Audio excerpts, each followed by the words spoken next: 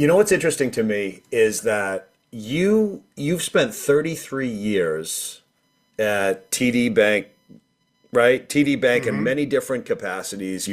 So many different roles within that period of time. And then you've got this whole writing thing you Mm. do on the side. So you don't hear of many people these days that just go to, take a job in whatever their 20s and they're still at that job all these years later. So something traditional about that. And then you're like an artist on the other side of that, doing all sorts of other things. Like, how did that all come about? So I started working full time when I was 13 years old. Um, and I literally moved out of the house and had a 7 night a week job and then went to school during the day. It was sort of a very peculiar upbringing. And likewise, continued to work all sorts of jobs. I've been a nurse's aide. I've been a framer and a roofer. I've been a tractor driver. I've been a short order cook. I've been a waiter in a tuxedo. I've I worked in a medical genetics lab for a while. So when I got into the bank, first of all, I knew I wanted to be a writer when I was 10 years old. Uh, but I immigrated to Canada when I was 19 and on my own and went hungry for a little while. So when I got in the bank, I was very grateful to not perpetuate the stereotype of the starving artist, and was quite pleased to have a pension and a benefits plan and a salary and a ladder to climb. In the meantime, I could do my art on my terms, where some of my artist friends struggle with either being bossed by an artistic boss or the realities of an economy and needing to feed the market what it wants. And so I get to do what I want because the day job pays the bills and my hobby is my art. And that's the story in a nutshell. You knew you wanted to be a writer when you were 10. Hmm. Were you actively writing just, for your own entertainment back then, or was Oh it? yeah, I started my first novel when I was 10 years old. It was a silly story about a kid with a pet raccoon, but I went on to write a sci-fi piece when I was in my teens. I wrote my first novel in my teens, which was more of a Stephen King horror kind of thing that now still sits on the bottom drawer of a desk, and no publisher has ever had a chance to preview it. One other human on the planet has seen it back in my college days. I wrote a World War II epic that in my 20s while I was in university and later 20s, and again, no publisher has ever seen it, and no human has ever read it cover to cover. But I've workshopped a few chapters with writing clubs. That's about as far as it's gotten to being public. So the apprenticeship for a writer tends to be write a lot of books or scripts or poems or whatever your genre is and shelve them and then keep going. So it was later in life before I had stuff I could start sending out. Right, and you've published four, if I'm not mistaken, four. Three novels, two nonfiction. Okay. Yeah, Why do you write? I'm asking this for a reason. I've never sure. written a book, and I really resisted writing growing up. I remember taking a class in high school. I think it was sophomore year where we had to keep a journal, Mm, and every week I would try to come up with something to write in the journal, and it was just these forced thoughts that I really wasn't committed to any of them, but I would write them. sure. Then the teacher would read them and say, "Oh, good job," or "I'd like to see more detail," but I never really took it seriously. And then when I opened my company 12 years ago, I started writing for all sorts of reasons, but more just to get ideas out. Mm, And I have not stopped. It's just thousands and thousands of good for you. partially written ideas and half-baked thoughts, and that I don't know that will ever get turned into a book, but I almost do it to process my thoughts. It's like Totally. therapeutic. So why Hmm. is it that you write? Is it you've got something that you want to say? Is it just more of a therapeutic exercise, or is it both, or none of that? It's all of the above plus artistic expression. The I actually, like you, started journaling, but I was 12 years old when I started. I went back and read them about a year and a half ago. I in detail recorded age 12 to 22. And I literally opened the first pages saying, my life matters. People don't understand me. And I'm pretty sure it's because adults get amnesia. And so I'm going to record what's going on so that I don't forget this stuff. And I literally, I've got loose leaf binders, but they're a massive box in my basement, which uh, I recorded that whole period, and I literally wrapped it up at 22, saying, "Okay, I think mission was accomplished," and I'm closing things out. And there were only two or three more entries after that out of habit.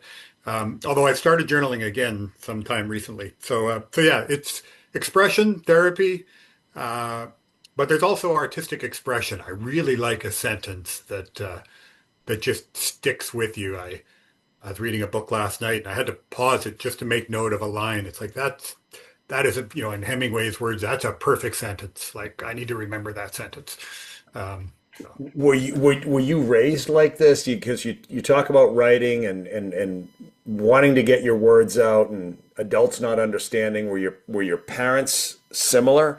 And I'll just couple that with, and then you're working at 13, and the types of jobs you had. It just sounds like you are a roll up your sleeves, grind it out type of worker.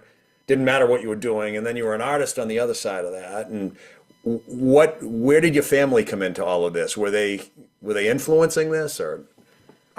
They were influencing it, but maybe not in a positive way. I get into some of it in something more, which I published last fall. So I get into grew up in Northern California, Holdeman Mennonite community. For those that know, we weren't Holdeman Mennonites, but we were plopped down in the midst of that community, and so isolated, no TV, no limited radio. So 10 miles from home was a library, and that was I was homeschooled, so that was my source of contact with the world. So I read. I literally started at A on a small town, 5,000 people in the town. So I literally started at A for the authors and started reading through the library. I'd come home with a stack of books, and then a week later I could return them. And you know that was my social media and gaming and internet. 40 years ago. Wow. And then I moved on to nonfiction. So I can remember thinking, I've got to get out of this small Northern California farming town. So I would read books on how people dressed in New York. Why this small little farming town library had a book on New York fashion. I have no idea. And I never wound up living in New York. But the point was that I needed to find the world. And so I did through the library, very old school. You were homeschooled, you said as well. So Mhm. did you feel, for lack of a better term, did you feel stuck there? Or did you feel like you could leave if you wanted to? Uh, if by leave you meant go back to regular school, that was not an option. Okay. Um, so the path out was to graduate early, which I did. So I graduated at 16 and was basically moved out of the house at 13. Um, and by 16 was working full time. Well, I'd been working full time anyways, and then as soon as I could sign a lease was officially for real on my own, not just living at a work site. So yeah, How I don't did know you if end up in Canada, though? How did that whole? I had a buddy who I lived with briefly at 18 who went back to live with family in Canada, and he sent me a letter, again, old school, no emails, phone calls were too expensive, but he just sent me a letter saying, "Hey, why don't you come? You can share my room in the basement." Um, and I sent him a letter back and said, "Okay, I'll be there in X number of weeks."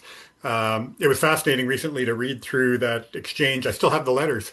I pasted them into my journal, so I was able to say, "Oh, right, that's exactly how I wound up immigrating to another country with $100 in my pocket and no job to go to." But I arrived at noon on a Monday, and I started work as a short order cook on a Tuesday night. So I got a job very quickly, so I was blessed. It's so amazing. And then so how many years passed before you got into the bank?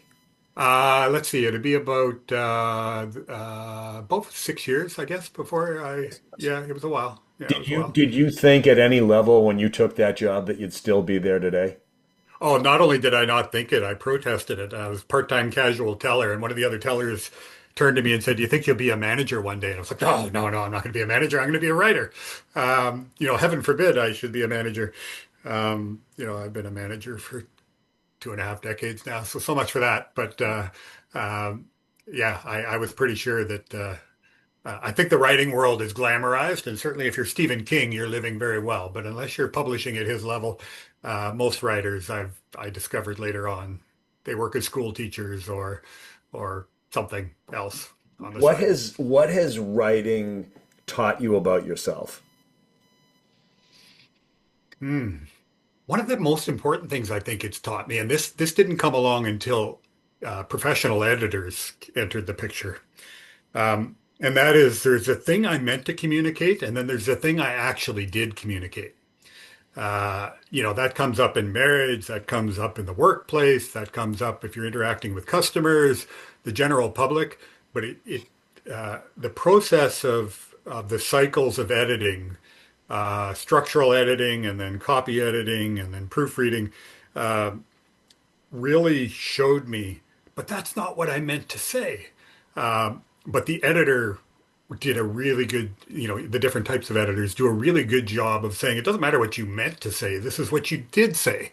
And there's resonance there to all other forms of communication in life. So it's a life lesson that I think everyone could benefit from, but for a writer, it's a painful one when you realize I've invested a year and a half on a draft that says the opposite of what I intended.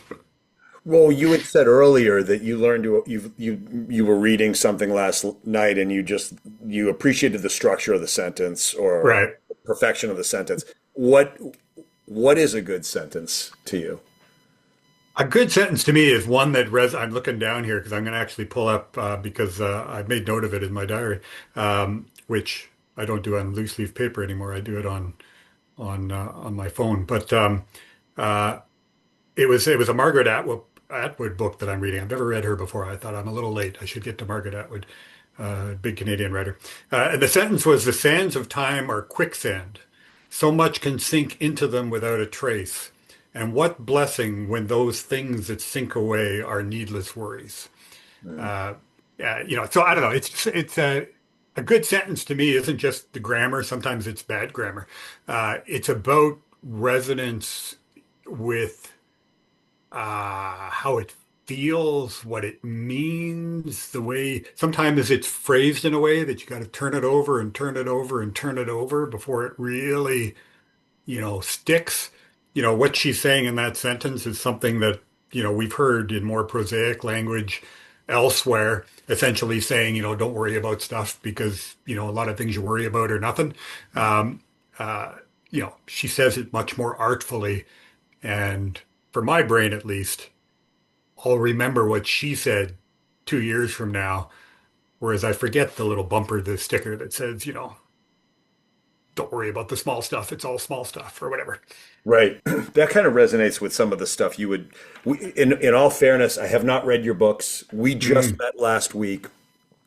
I listened to a podcast you did with somebody else, and then we had our Zoom call. But you had sent me a couple of just notes for me to consider, and before this conversation, and some of the stuff you write about is really just focusing on the simplicity of, for lack of a better term, the mundane or the slog of life and learning to just enjoy whatever that is, whether it's mm, exciting or boring or I don't know what, but like mm, that's where life is lived. It's nothing else. It's not chasing wealth. It's not wanting to get somewhere. It's just being right here and appreciating whatever that is. And based on that sentence description you just gave me, it just reminded me of some of the stuff you wrote to me. It also reminds me, I mean, it's not like your life has been easy. You've had a fair amount of challenges in your life, probably as a younger person, but even as a dad, and mm. as a husband and a dad, and at the same time, you're still working full time and you're writing and you're still taking the time to appreciate those small moments. I'm just curious to see if there's a way for you to build off of that because that was my takeaway from your email. It's just like it's all happening right here. Let's Mm. not wake up 50 years from now with the regret and let's not worry about what hasn't happened, right? Yeah. Yeah. That's what I was internalizing as I read. I don't know if that's what you intended, but you 100%. Yeah. The book that I published last fall, Something More, Living Well in a Broken World, which is what a lot of that our communication last week and then the weekend exchange were focused on. Uh, it is really focused on the fact that we so often either live in the past or in anticipation of the future when it's a truism to say that the only moments we actually experience are the present, and the present is very often the thing that is easy to escape us. And there's good material out there on that topic in a variety of contexts. So I don't need to regurgitate that. But it is so often true that we chase somebody else's dream and fail to experience our own. Uh, it doesn't take a lot of imagination to recognize that if you're listening to this podcast, you're living the dream. You may like think, no, I'm not. Yes, you are. You have electricity because this is not being done in front of a live audience. You've got access to some sort of technology, which is not to be taken for granted, which suggests that you probably have indoor plumbing and many other things that royalty didn't have 200 years ago. We are living the human dream if you look at the planet. Uh, you know, Germ theory is only a few, whatever, decades, hundreds, whatever years old. It's not like there's just so many advantages that we have. I'm looking at the bookshelf behind you, and in my background is another bookshelf. And access to printed books was an incredible luxury of the rich Mm. a few hundred years ago. We live in a startling age with startling benefits, but we have like no sense of sci-fi wonder. We're constantly reaching for something else. Thus the title, Something More. We always want something more. Mm. And what I get at in the book and I've experienced in life is it really doesn't matter how much we get, how much we achieve, who we know, or what accolades we receive. We want something more. And it's so important in life, whatever your situation in life, as a solo human, as a parent, as a significant other for another human being, as a coworker or a boss, or just the person in line at the grocery store. There are so many opportunities for joy and wonder and connection that if we spend all our time thinking about what could come or what did come nostalgically or regretfully, uh, we're just never going to be happy, and then we'll be dead. And that's no way to live. Uh, I don't disagree with you. My wife and I went to a I don't know what you want to call it. It was a little food tasting wine thing on Saturday. It was kind of a kickoff to the summer, and her employer put it on for the office and invited some friends, and it was really, really nice. But I feel so good about that day because we showed up, and I think I must have had like 8 or 9 awesome conversations with people I don't even know. I mean, or I might have mm, met one time. And it just felt like I came home, and even today, it's been 2 days later. I keep talking about the conversations that were had. mm, And it was just about getting to know the people in the moment or getting to know more about them in the moment. And it felt so, this is how I feel all the time. Every time I get to talk to somebody, I felt like this when I was talking to you last week. I don't know you. mm. You're up there. Our lives are different. But there's just so much to learn from the conversation that it's fuel. I don't even know Mm. how to explain it, and it might tie into what you're saying. I am also interested though in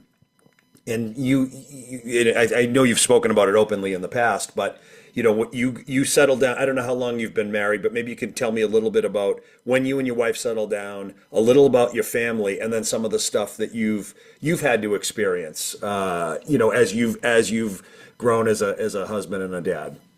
Yeah, I'd be happy to. And certainly some of this, hey, focus on the now and enjoy life isn't coming from some shallow, happy place, but rather from a rather deep vein of frankly, pain that forced me to focus on, okay, I need to start enjoying life or I'm going to end my life. And I don't mean that casually. So my wife and I have been married 28 years. I met her within a few months of meeting her. We started dating, and 8 months later, we were engaged, and 3 months married. I basically, as long as I had her attention, I was getting a ring on that finger. We were in our late 20s, so it wasn't like, we weren't clear on what we wanted out of life.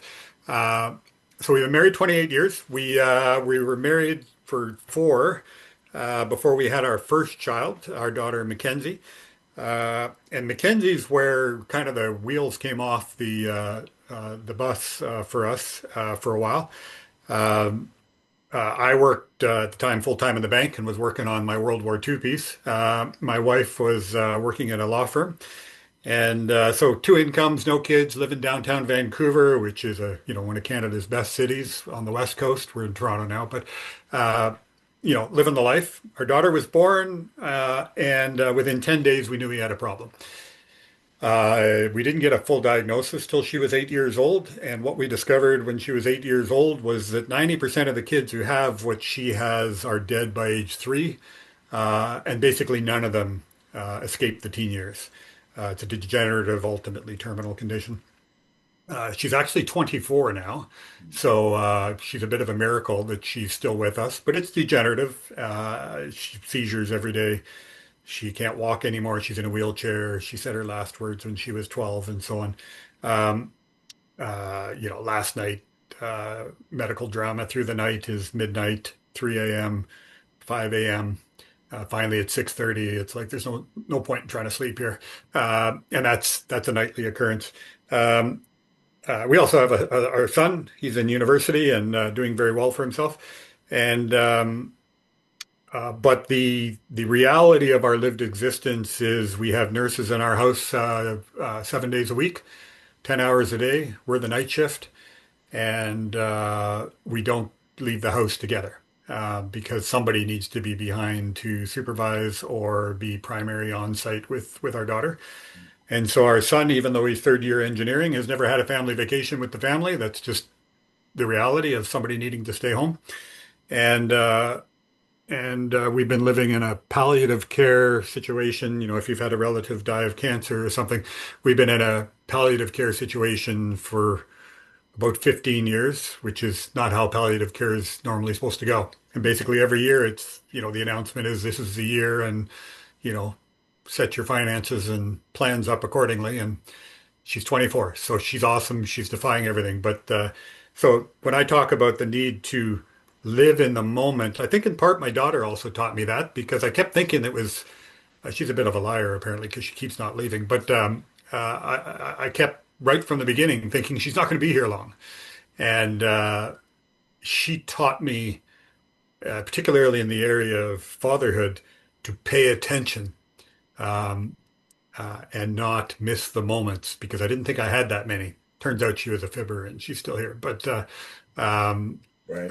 but I think that that lesson is applicable to all of life, not just to parenthood. So when she was born, you said 10 days, when she was 10 days old, you knew at that point something was wrong. And I don't want to short circuit the story. Sure. It sounds like you went in, you got some help, there maybe was some minor progress. She ultimately learned to speak at some level. I don't know if she was walking with a walker at some level, if I'm not mistaken. Yeah, by the time she was about 4 or 5, she could use a walker reasonably well. Yeah. Okay. And when you say she could speak, could she speak in a conversational manner or use words in She the, would more use words the way a 3-year-old might, so very, so she could communicate. She could get her needs across. She could express what she wanted. She could call for help. She could, yeah. make choices. But no, she never, I never got complex sentences and paragraphs from her. It was always fairly rudimentary. Okay. But even with that progress, that ultimately went away. You got it. And Yeah. so, so if she were to communicate now, is she able to move her arms or legs? Or, Yeah, she scoots around on the floor. She's in the wheelchair, but she can get on and off the couch. She can crawl around. Um, she can, give great hugs. If you're annoying her, she can give you a punch in the chest. which she's quite feels quite free to do if she wants to express herself. Yeah. She can point, she can vocalize without actually being able to articulate specific words anymore. Mhm. Uh, but she manages to get her needs communicated rather effectively.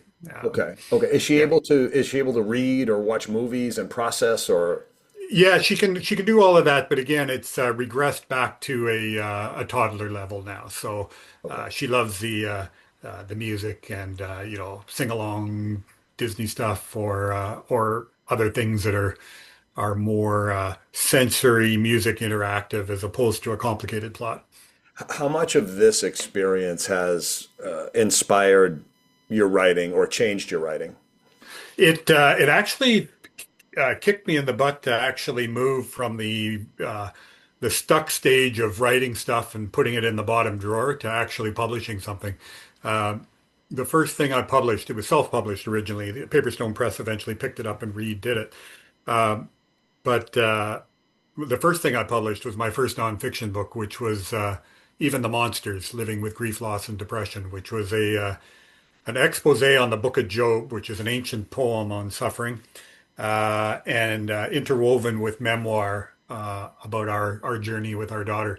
So I would say she's responsible for moving me out of that category where I've met so many other fellow writers who are forever writing and never taking it to the next level Mhm. to actually go to the next level and get it into the public eye. Yeah. Which again, to begin with, was self-published and got a reasonable audience. But I was glad when professional team took over the material and gave it a redo.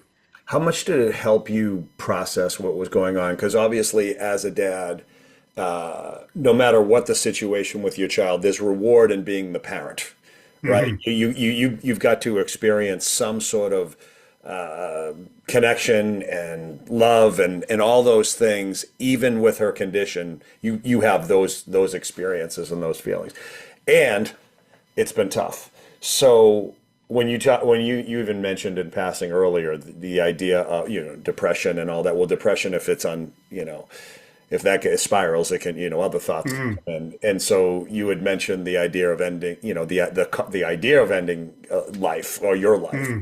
Did was that a real thought at one point? Yeah, it certainly was. And a lot of that I would put down to, just plain sleep deprivation and stress. There can be this, hey, I'm not having a good time. I would like to pull the plug on all of this, not actually doing it. Yep. Um, something that I think is tied up in that, and part of the educational journey as well is there's something as not just as a single person and not just as a married person, but there's something when you have children that reframes your perspective on life in a really dramatic way.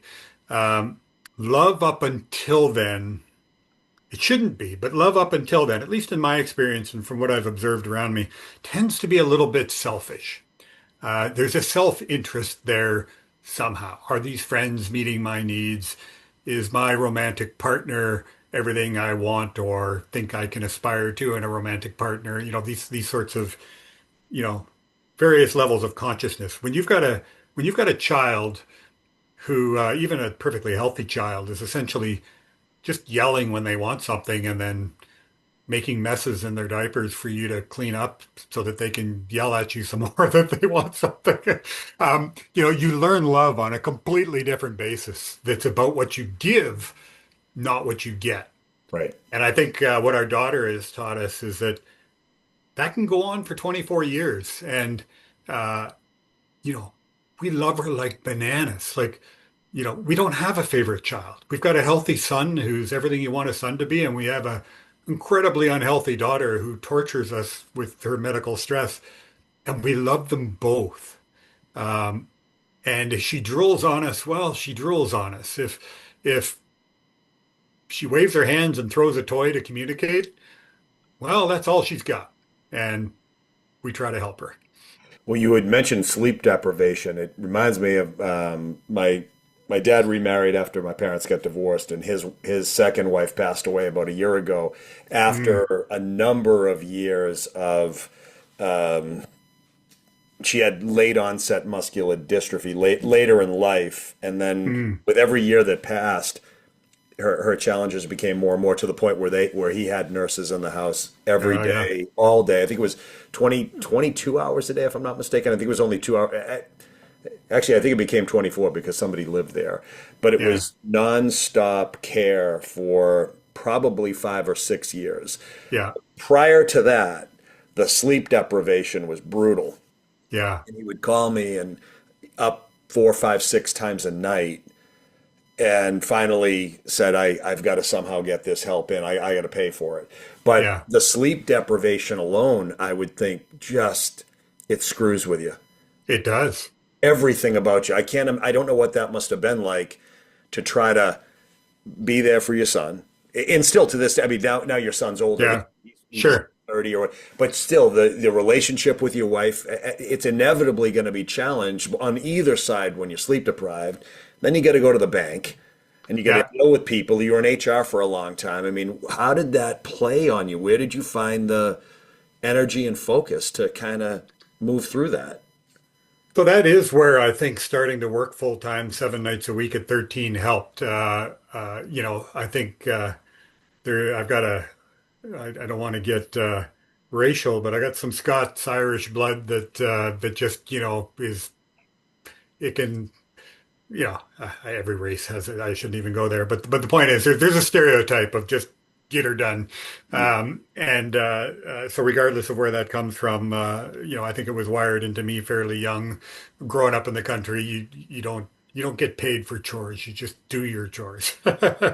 Right. Um, and chores are not, tidying up the dishes. Chores are tending a rather large garden or whatever the situation is. So I don't know. Um,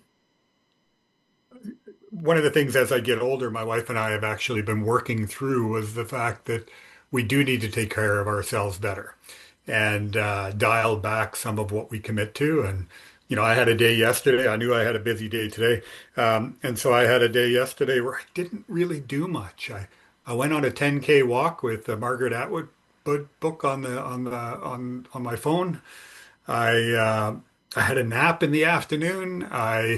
You know, I gave myself permission to just have a nothing day, um, and that's good for mental health. So I think that's important. I could have used maybe a little bit more of that earlier in my career. It's something my boss and I have actually talked about recently because I've had to say no to a few assignments, which is contrary to my personality. But I told her, you know what, my wife, my body, my health, everything tell me, if I push too hard, the thing people remember isn't that he did a lot. They'll just remember that he was a little edgy that day. Yeah. Um, and yeah, so self-management. For what it's worth, and I know it's not appropriate, you don't look tired. You look young. For somebody who spent years not sleeping, I'm like, you look pretty healthy to me. And a 10K walk is not a nothing day when you think about, I'm like 10K, that's pretty good. That's pretty good. And you learned on the walk by listening to so there's a lot more going on there. So I think it's so when we were talking the other day, I was asking you, like, what is it that you're here to do? It sounds to me like the job's afforded you many different roles in the 33 years. So that's Mm, probably kept you somewhat interested, right? I mean, as a mhm. creative mind, I can't imagine somebody like you working in one role at one place and being interested for 33 years. I think you'd go crazy. So was it intentional to have, you're in HR, you've been on the front, you've been on on the retail side with customers when you first started. Like, what is it about that job that keeps you interested and focused and creative? If anything, I don't know. I don't. Yeah, no, that's a totally reasonable question. So I like to tell my friends I'm on my seventh career, same pension, because I have kind of gone everywhere. Probably with a little more focus, I could have uh, climbed higher faster, but I was pursuing what interested me versus maybe the best of career strategies. I mean, it turned out okay in the end, but I've been in IT, I've been in operations, I've done corporate HR, I've done product, I've done margin management, I've been on the retail side of both banking and the brokerage business. Um, the the thing that keeps me interested is two things. Uh, and this is where I think the artist is helpful. Uh, I know that there are two things that I like, and everything else I put up with. The things I like are blank page and people. So I want the opportunity to be creative in my job. I want the opportunity to redefine. So it doesn't matter. Even in IT, I was there for 5 years. Even in IT, I came in, I looked at what I had to do. I had 50 applications across a section of the bank's businesses that were my team's responsibility, and I just redefined the role to suit me better, and exercised the creativity I needed to make IT, which tends to be back of the bus, fun.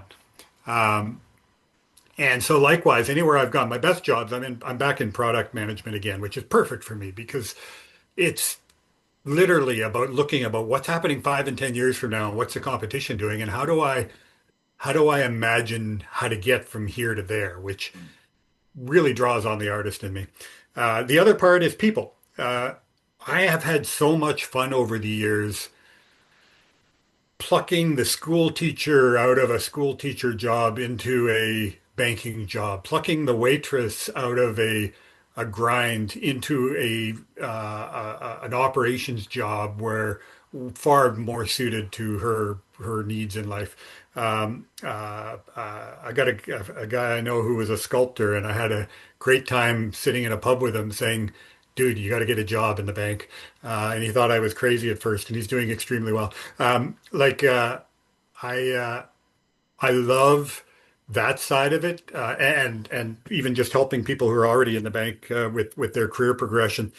Uh, Most departments that I've left, I've been replaced by somebody that was on my team in that department, which is not usually how it works, but I want the succession planning theory to Yeah. be reality, be part of my brand. So, short answer to your question, let me be creative and let me engage with humans in a way that is going to change them generationally, meaning changing your career path changes your kids' prospects in life, changes your grandkids. Like I'm shaping things in ways I don't even know how I might be helping influence. And so that's fun. Everything else is like, you got to do it because that's part of what they pay you to do. But give me those two things and I'll be happy. It just sounds like you've gotten a tremendous amount of latitude over the years. And I don't want to derail the conversation by doubling down on this, but Sure. I gotta ask you, what's your opinion? Does corporate, I'll fill in the blanks. Does corporate, I was going to say America, but you're in Canada. Sure. But does corporate America get a bad rap? When you really think about it, if somebody hasn't worked at, say, a TD, which I haven't, Right. Yeah. but if you're not accustomed to that environment or you have a false perception of that environment, you might think that corporate America doesn't care about people and that opportunities for creativity don't matter and only numbers matter and metrics matter. And although those things are important, you spent 33 years operating off of a blank sheet in corporate America. Do you have any Yeah. thoughts on that? Does it get a bad rap, or is that worth talking about? Yeah, no, I think it's great. Here's my passionate conviction on this topic. There's no such thing as a corporation. There are collections of people, and there are good people, and there are maybe not so awesome people. There are narrowly self-focused people, and there are people who are concerned not just about the quarter, but the year and the country and the decade and the culture. There are people who want to get in and get out and make a buck, and there are people who want to leave a legacy.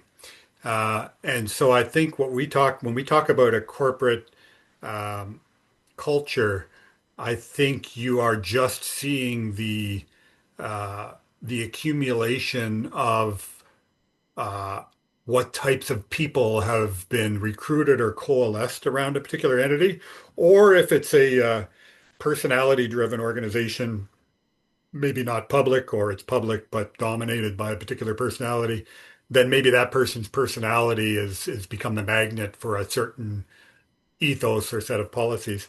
But that doesn't take away individual accountability or responsibility.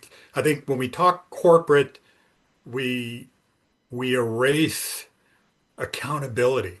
It's almost like the Nazi soldier in a death camp saying, "Well, it's the corporation, it's the political order." No, you choose how you're going to be, whether you're going to stay or whether you're going to make changes and so on. And I think there's a little bit of that laziness, blame shifting. I think there's also a little bit of maybe fear, cowardice. So that's where I think me working all sorts of bizarre jobs and realizing I can do anything if I put my mind to it. So I've over the years never really had a fear of being fired because if I did, I'd just get another job. So maybe that's um, more of a personality driven opportunity. But I think even if fear is there, we're still accountable for who we are and what we do and how we live. I love that story. You know why? Because you could easily be a victim to your challenge. Totally. And some of the most successful people I know go through the hardest times I've ever, Mm, but you wouldn't know it. mm, And somehow they make it work. And I'm listening to your story. I'm like, wow, you've had the opportunity to totally scratch that creative itch, to deal with a challenging home environment, the experience that your son has had in his mm, life, having to share the spotlight with your daughter, who requires maybe more attention in some ways. But how mm. do you balance the attention between kids? His life is significantly different as a result of that, and maybe even more rewarding Yeah. as a result of that. But like Mm. just having to think through the psychological impact on him, good and not so good. But where I'm going with it is, what have you learned about people, like about like their problems or what they think of problems? And I get it. Like I've had people say to me, "Well, you can't, just because so and so getting a speeding ticket is a huge problem to that person." Okay, great. But in the meantime, I'd listen to you and I'd say, really? Like that's a problem? I tend to become less tolerant or patient about that stuff. And I would think if I were in your shoes, I'd slip into that once in a while and say, I don't want to hear about your freaking problems. I have those days. I have those days. But I think everybody has those days. So I'm not unique in that regard.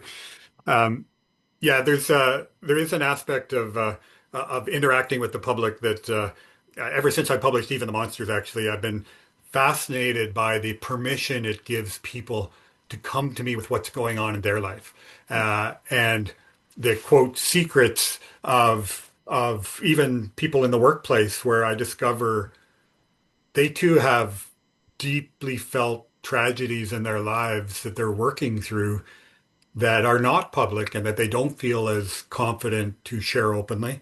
Uh, but it's a great reminder that the person behind you in the grocery store or the guy who cut you off in traffic or whoever likely, has something big on their mind. Um, but to your point, big can be relative. And that's where I always have to stop and remind myself that my big is an exaggerated case study. Um, but uh, um, it doesn't take away the reality of somebody else's speeding ticket being that's the calluses that they've built up in life, and that is their tragedy for the day. And if the only toolkit you have to deal with a speeding ticket has been a life of pure happiness, then you're probably pretty overwhelmed by a speeding ticket. The fact that somebody has built up muscle to deal with deeper tragedies is maybe to that second person's benefit in that regard. We could go down a rabbit hole on this that would might get a bit dark, but I think it's good for us to exercise kindness regardless, either because we don't know what else is going on, or because nothing else has ever gone on and they have no tools to deal with what's happened to them. How do you reconcile that as a professional, in an environment where there's got to be some level of performance that's expected? Hmm. Something, right? It could be a Yeah, minimum level, whether you're in IT or sales or operations, there's something that the organization would like to see done if you're in that role. And yeah, so no matter whether I can't handle my speeding ticket or I can, yeah. there's still that, and then there's me in that job. So how do you reconcile that with patience, with grace, with no judging, and still hold somebody accountable to there's a job that still needs to be done, even though within, obviously everyone needs their space to Sure. process and grieve and all those things.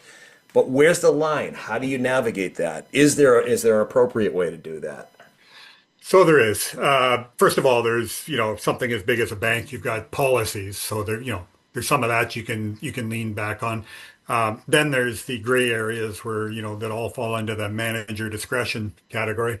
Uh, uh, it's a case by case experience. I think that's where, as a manager, and I know you have an executive audience of people that you coach. That's where your own humanity and not being a plastic white collar professional, or even if somebody's managing a team of construction workers or what have you, a bit of transparency goes a long way. Hmm. When the people I interact with, whether they're vendors or people on my team or partners, internal stakeholders I work with, I'm fairly transparent. Obviously, I'm doing podcasts and publishing books, but I'm fairly transparent with the life I live. I try to over calibrate on performance so that when the bottom falls out and I'm, in a hospital for 2 days dealing with my daughter, I've kind of got credit in the bank. No pun intended. Um, but it also, I think, it's not a manipulative tactic, but it helps when I need help. People know what's going on with me, and there's a level of transparency for them to kick in to cover for me in a bad spot. There's a reciprocity in that they know I will have them, and out of anyone who's ever worked with them, I'm likely to understand more than most. Hmm. But then there's also a level of example. I think leaders who lead by dictation get a little ways. Leaders who lead by threat or command get a little ways. But leaders who lead by example can tap into that emotion that we translate as inspiration or loyalty or many other things, which that's where there can be a real advantage for a senior leader to have suffered Yeah. or even be suffering. Yeah. Because there's a lot of, sometimes my wife and I joke, our passport and our credibility is, sometimes we say, it's her. You know, she's been our ticket for many things. But Well, it's interesting because in my experience, I've worked with, I think since I started my company, somewhere 75, 80 different companies I've supported. And then prior to that, I was in the staffing industry for years. I got the chance to, in the IT space, just get to know so many different organizations and their cultures and their people. Most of the leadership professionals that I work with now and that I've met in my life err on the side of empathy versus mm, dictator. totally. That being said, they get stuck there because Oh, sometimes they're too soft. mm, And then the problem lingers in perpetuity. And they don't know how to get back into the conversation with the person that they've given maybe years of flexibility to. And then now uh, and then especially if you get a smaller organization that gets acquired by a larger organization with a different culture, they don't have the history, They don't care what, it's this is what the job is. So they don't know what's been allowed or enabled or ignored. Yeah. So I find that there's less dictators out there, there's more enablers out there, and I don't mean to say that as an insult. I'm just saying it based on experience. I find more enablers than dictators. Um, and so it's helping those people recognize when you give somebody too much space, too much slack, too much understanding, you're kind of abusing them. You're setting them up to fail and then reclaiming that responsibility of candor. And I owe you this conversation. And so I didn't know if you have a thought on that. Oh yeah. So I'm highly opinionated on this, and this is another area where I think parenthood is fantastic training ground for corporate leaders. My wife and I were completely aligned, more so with our son because he was typical and it was easier to sort out what the future looked like. Well, we were perfectly aligned when he was young that we weren't raising a toddler. We were raising an adult man. Now, we had to take him at his toddler phase, but right from the beginning, basically every year of his life has been a reset on our relationship and starting to let go. Obviously, between 3 and 4 and 4 and 5, you're not letting go of very much, but he's 20, and like he's a grown human adult, third year engineering, just finished up, pays his rent. He's he's a responsible young man, Yep. and we're proud of him. But I think that same logic needs to apply to people managers. Sometimes giving slack is just actually lazy leadership.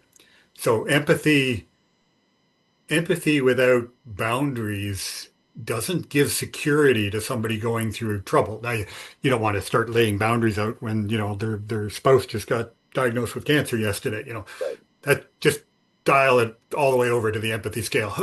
Right. But to help somebody understand that this is where you are, this is where you need to be. Here's how we can pull back from you.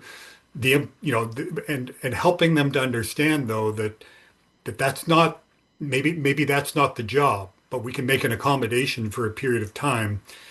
But have that conversation so it's not just cold corporate, but it's a recognition. And that's where the development of excellent teams is so important because if you've led with transparency, you can teach people struggling to be transparent, and you can teach a team to help somebody going through a trouble, knowing that they may be the one that needs help 18 months from now. And you create that's how you create a culture.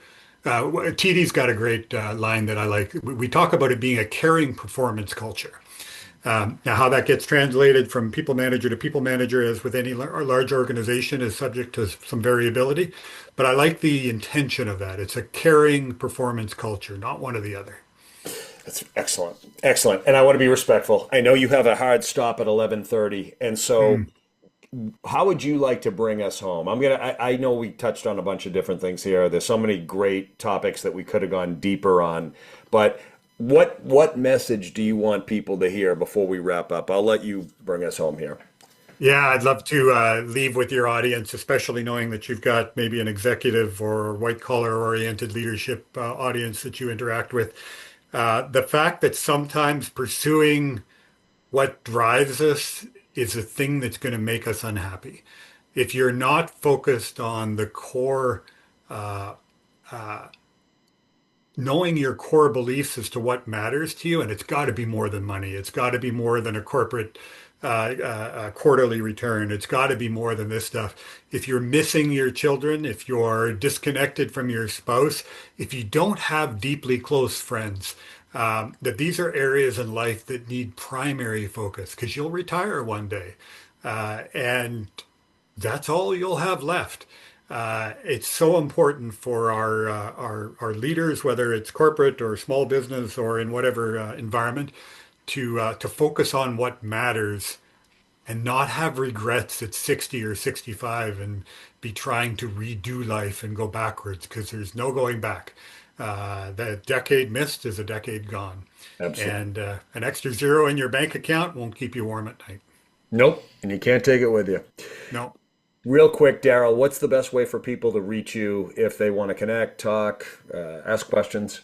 Absolutely. So you can find me on LinkedIn or my website, www.darylpotter.com. That's DARYL, Potter as in Harry.com. And there's a link there to send me an email if somebody wants to connect personally. Awesome. Thank you, my Th- friend. I had a great time. Thanks, Dave. All right. We'll talk Good soon. talking to you. Talk Okay. to you again. Bye bye.